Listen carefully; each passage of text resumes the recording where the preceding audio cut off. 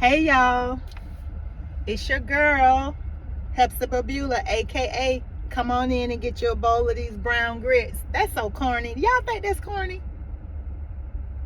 To call myself brown grits, like refer to well, I am brown grits, but to refer to myself as a bowl of grits, like the way I visualize it, I'm freshening up my lipstick. I just ate some fries and cheeseburger in the car while I prepare to go to my next opportunity or my assessment.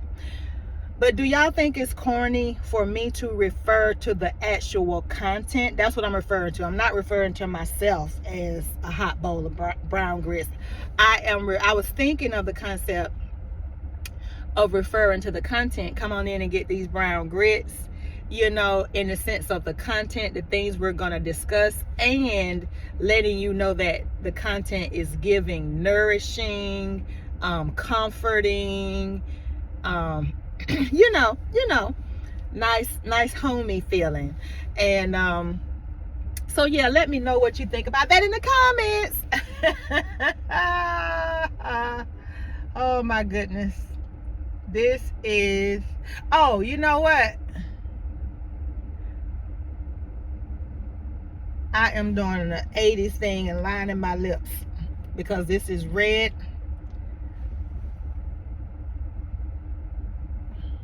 And I actually love this lip color. It's LA Girls Velvet Lip Color. It's available at any beauty supply store because that's where I got this from. But I love this red because it, I guess, has like the blue undertones. I don't really know that much about makeup, so when you start talking undertones and stuff, I really don't know. But I do know that some reds are too orange for me, and then some, like this one, has a nice bluish purple undertone. I hope I'm saying that right. But yeah, I've been today, let me tell y'all, I made a mistake on yesterday, and I kept saying day 26. So today is I don't know what today is. It'll be right in the comments. But whatever day I said yesterday, I think yesterday I said day 26, and I should have been saying day 27. So I believe today is day 28. But it's going to be correct in the description. Whatever you saw in the description, that's what it is. So I made a mistake on yesterday. So if you catch that, yes, I made a boo-boo and I caught it, and it is correct in the description. So today I believe is day number 28. Woo, these days are going on by. Day 28 out of 30 days of posting content with the intention of rewiring my brain to get used to and expect to and be programmed to create content on a regular basis and upload it after putting it out for 8 years. So those of you that may be hearing this for the first time, trust me, my channel is not going to continue to go like this. I'm just literally documenting. This is literally to wire my brain to upload content daily or almost daily. Because I do have a couple of other channels that I have content to upload, and I'm utilizing them for my business. So but I thought it would be nice to have a lifestyle channel. I'm always wanting to share something going on in my life. The business stuff and the ministry stuff, not so much all the time. But I do, and I guess that's because I'm a talker and I like to get things off of my chest. Today you can see I have on a t-shirt. I am a part of Life Social Club in Tampa, Florida, who is a this Life Social Club is under the Life Ladies in Full Effect Motorcycle Club. So I don't have a motorcycle. I don't drive a motorcycle. When I moved to Tampa, these were just a group of phenomenal ladies that I just happened to see on Facebook, and I started following them, and I saw all the community service at work. That, the theme is partying for a purpose. So there's a lot of work that they do in the community, supporting Tampa, supporting different organizations, nonprofit, and I love it. And then the proceeds from the parties, which like this year, this week, coming up August 21st and 22nd, we're having they're having the Life Ladies in Full Effect Motorcycle Club. So there's Motorcycle Club and there's Social Club, Life Social Club, Ladies in Full Effect Social Club. So we basically are the socialization piece, and as a support also to the Motorcycle Club. The Motorcycle Club is more strenuous in the sense of with responsibilities plus the travel. And so the social club you can be a part of, even if you don't have to have a motorcycle. Our activities are not centered around riding, where the Motorcycle Club, they ride a lot, and I so admire those ladies. But anyway, I am the Oracle. We all have names, so I'm the Oracle. And I see if I can show you the back of our shirts. So we just had a meeting, and then now I have to go to Clearwater to do an assessment for my patient, and it's about 38 minutes away. So I thought, why not come on here and give you some content while I am waiting to go to Clearwater, cross over the bridge, and which I'm gonna leave as soon as I get done with this. But yeah, so today is day 28, I believe, but it'll be right in the description. And so, like I was saying, my content, it won't continue to go like this, just counting down days, because I've been getting a lot of ideas from a lot of other content creators and doing what's working for them. So I'm going to be trying some things and being more intentional about subject matter, and recording the content on my phone is so easy, and then just uploading it as soon as I'm done. Like no editing, and I believe that I'm a good enough storyteller, and that I have enough life experience coupled with my wisdom and my southern charm to let it be just this for right now and not stress out about everything. I am gonna start using my mics, so I did buy mics. So I am going to start using those. I haven't even opened them yet. But yeah. So that is the intention.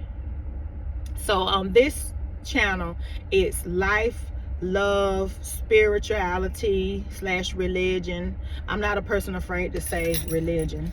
Finances, because I am definitely pro female or woman financial independence.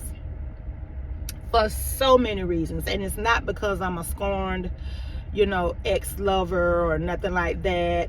I don't hate men, but I definitely believe that women should be as prosperous and as financially stable and independent as they possibly can.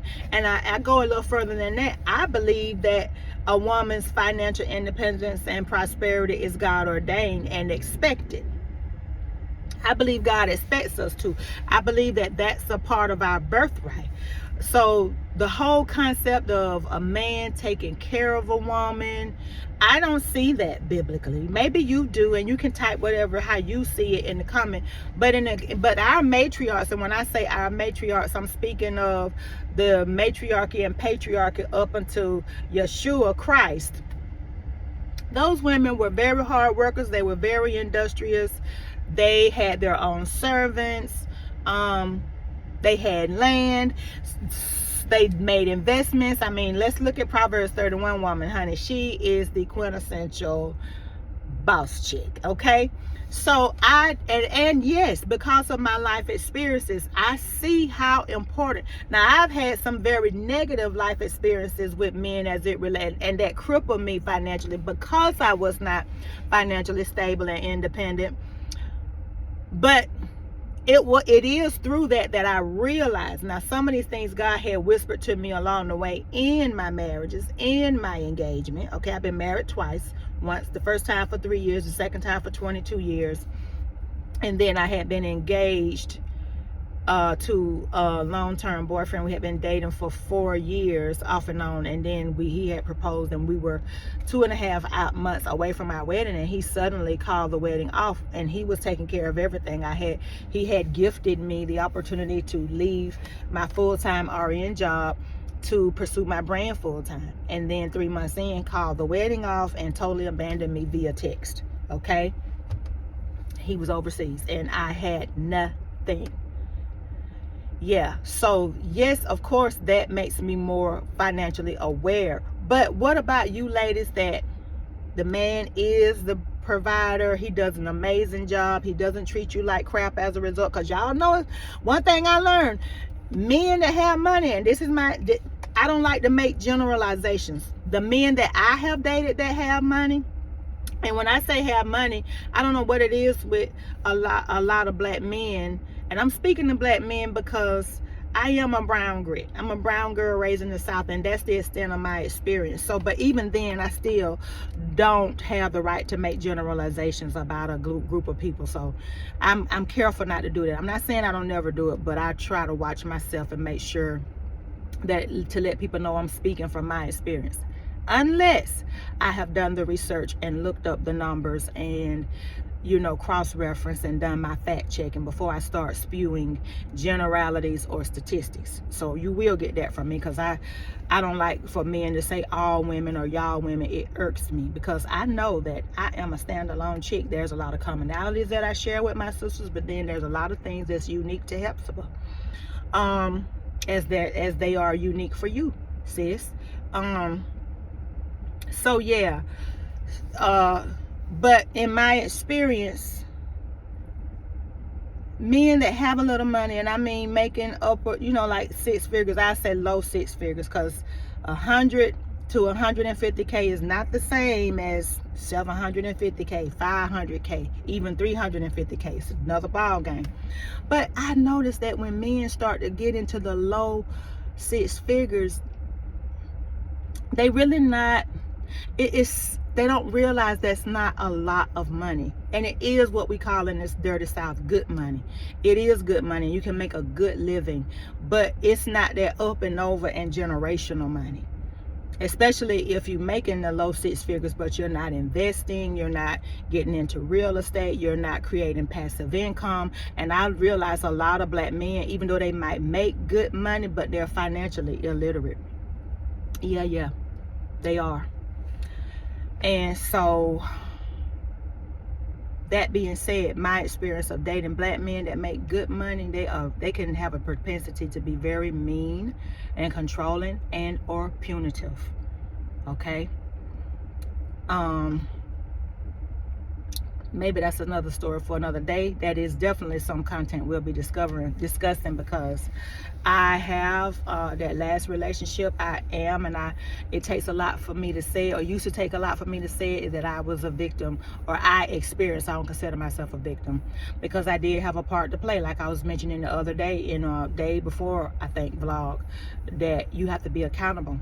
That in order for a narcissist to be a narcissist, he has to attach himself to an idolater, a person who worships him or her, who puts their needs, who put their desires, who walks in the fear of losing them. That's idolatry, and that was something. But anyway, I am a person. It was hard. Used to be hard for me to say he was abusive to me, but he was abusive. When you tell somebody that has known you all their life, this is not somebody that I met on the internet. This is somebody that I met when I was 9 years old and grew up with him, and we were like brother and sister. We even dated briefly in high school.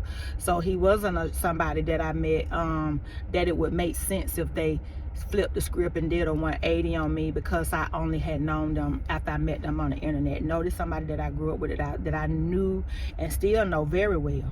And it was very hard for me to say I was experiencing narcissistic abuse, but it was abuse. When I describe the behavior, when I say different things, one of my girlfriends, she was just talking randomly about him, and she says, yeah, because he's so abusive to you and so and so. And I got offended. I got angry with her for saying he was abusive, but I use words like punitive. He's punitive towards me. Well, punitive means to punish. That their tone is one of a punishing tone. That in itself is aligning with the fact that he was being abusive. But anyway, yeah, it's not easy to acknowledge that. It's not easy. It wasn't easy for me to acknowledge that. And it's just like it wasn't easy for me to acknowledge that I created my reality of being with him. I didn't create his behavior. I didn't create the things, the abuse that he did to me, but I created the opportunity for me to be the one that is the receiver of it. Okay? So that's my bearing responsibility. But yeah, I'm not, these are all good topics and things that I plan on discussing. I can't even remember. My mind is drawing a blank now for how I got into that. But I'm looking forward to sharing, but more so than looking forward to me sharing my experiences, I'm looking forward to hearing your comments. I'm looking forward to hearing your experiences, for you sharing, and for what things that you would like to discuss.